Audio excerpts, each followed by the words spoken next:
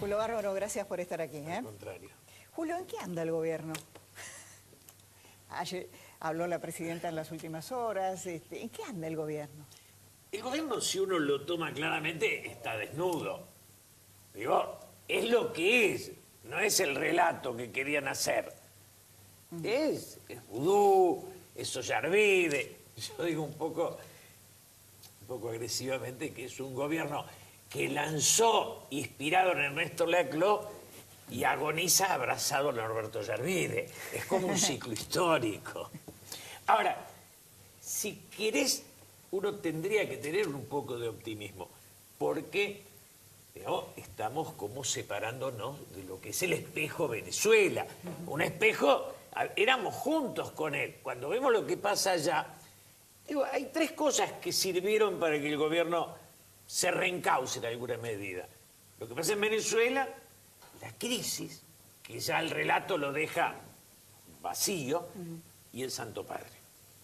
Me parece que esas tres cosas hacen que haya más tentación en la presidenta de tener una alternancia como la de Chile que terminar en aquello. Ahora, hay un pedazo del gobierno que sigue vigente que cree que el caos es revolucionario. Y esta estupidez se lleva largo rato. Vos cortás una calle en La Habana o en Miami y vas preso en los dos lugares. En los dos lugares, claro. No es que acá es de izquierda, allá es de derecha, no. Es verdad. Entonces, la pregunta es, los que vengan, el gobierno que venga, ¿va a plantearse el que corta una calle va preso? Claro, ahí está la otra pregunta. Claro. ¿Y la oposición en qué anda también, no? Porque esa definición es la que espera el ciudadano. Y una frase que yo hace rato que tengo entre comillas es no criminalizar la protesta. Es maravilloso. Que ya no se sabe muy bien qué Si yo no criminalizo la protesta, criminalizo el orden. Claro. Entonces, cuando cualquiera de nosotros pasa por Plaza de Mayo y ve las carpas, a mí me queda un dolor en el alma, ¿no? Cuando veo que invadieron un espacio público porque no tienen vivienda. Ahora, el que no tiene vivienda y no agredió, le estás diciendo usted es tonto, porque el camino es este. Pero ahí, perdón, Julio, hay algo mucho más grave, que intervienen todos los poderes en ese espacio público que se tomó.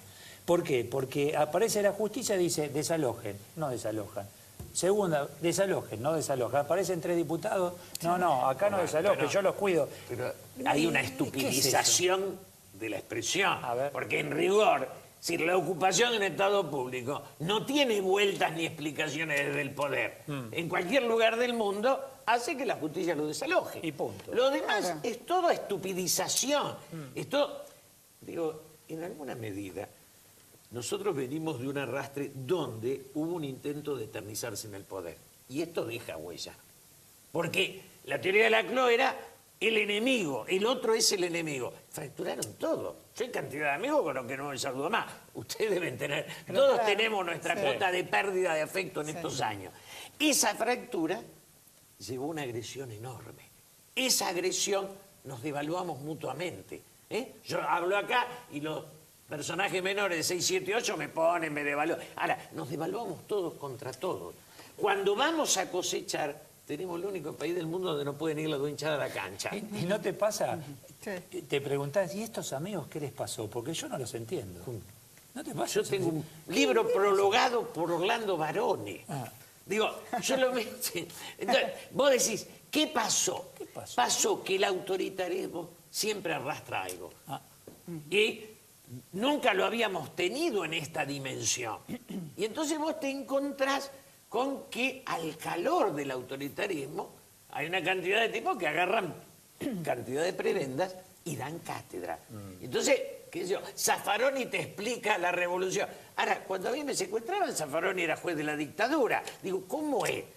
Pero Mujica, con sus años de cárcel terrible, llama a la unidad de Uruguay. Y ahí no hay eso que hay acá. ¿Por qué? Porque hay una dirigencia que contiene y no piensa la estupidez que la rebeldía y el desorden son revolucionarios.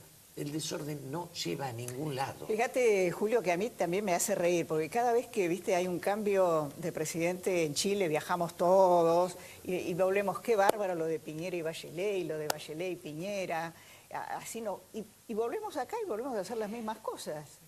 Pero en el fondo... Admiramos ojo, cosas y después está bien, no estamos... pero el kirchnerismo fue un intento de fractura definitiva, Sí. que no logró consolidarse. Y eso es muy importante. Nos salvamos de lo peor, que era el espejo de Venezuela eternizado. O sea, reforma constitucional, ¿no? Digo, si en lugar de un Zaffaroni teníamos 3, perdíamos la justicia. Si en lugar de estar Moyano estaba uno de estos muchachos de los gordos, perdemos el sindicalismo. Y si en lugar de algunos empresarios que defendieron los medios, aunque antes me haya peleado con Mañeto, está algún empresario que todos los 3 conocemos, nos quedamos sin medio. Digo, estuvimos cerca. Fuimos una sociedad que no tuvo tanta pelea por la libertad como hubiéramos imaginado. ¿El próximo gobierno es peronista o fuera del peronismo? Ya no hay más, pero mira, Ya yo, no hay. yo voy a no. proponer que hagamos una colista Perón, para hacer creo una que ya estatua dijo. de Perón y Evita. Y abajo pongamos un cartel grande que diga, ustedes no tuvieron la culpa. Porque no tuvieron la culpa. Va, es decir, el peronismo... Ya no hay más peronistas. Pero hace rato, es Zamora de Santiago, es el que se acomoda, es explotar una memoria Claro. desde la impotencia de generar un pensamiento. Del pensamiento de Perón no queda nada. No queda nada. No lo tenía ni Menem ni lo tiene Por acá se Kirchner. sientan y lo nombran, y nosotros los peronistas. Sí, y no, pero era, ¿te acordás lo que decían de Gardel, Julio Jorge Nelson? Digo, me parece que en serio, cuando uno se refiere mucho a la herencia, es porque no es capaz de expresar el pensamiento. Perón no quería que hubiera más peronistas. El sueño de Perón es que todos dijéramos que eso fue una etapa positiva. Digo, es como si en Estados Unidos te pones a discutir entre el Ku Klux Klan y la negritud. Ya está, hay un presidente negro, eso se acabó. Entonces, la reivindicación que hizo el peronismo ya está. Ahora, me parece que el resentimiento que siembra el kirchnerismo, esto es otra cosa. Bueno, en las últimas horas, cuando la presidenta hablaba del tema de la droga, incluso trazó como una división. ¿Ustedes creen que son los pobres los que se drogan? No, también se drogan los ricos, pero ellos tienen una mejor droga. Yo no sé, en boca de la presidenta de la Nación, ahí también se intentaba dividir eso. Yo creo que el kirchnerismo es un feudalismo que en alguna medida deja concentrar grandes riquezas y hace una explotación de la marginalidad. No es de izquierda, es un conservadorismo que hace una utilización del marginal, pero no lo integra. Lo grande del peronismo es que integraba a la sociedad, y que era una sociedad integrada, que dura hasta, digamos, hasta el 76.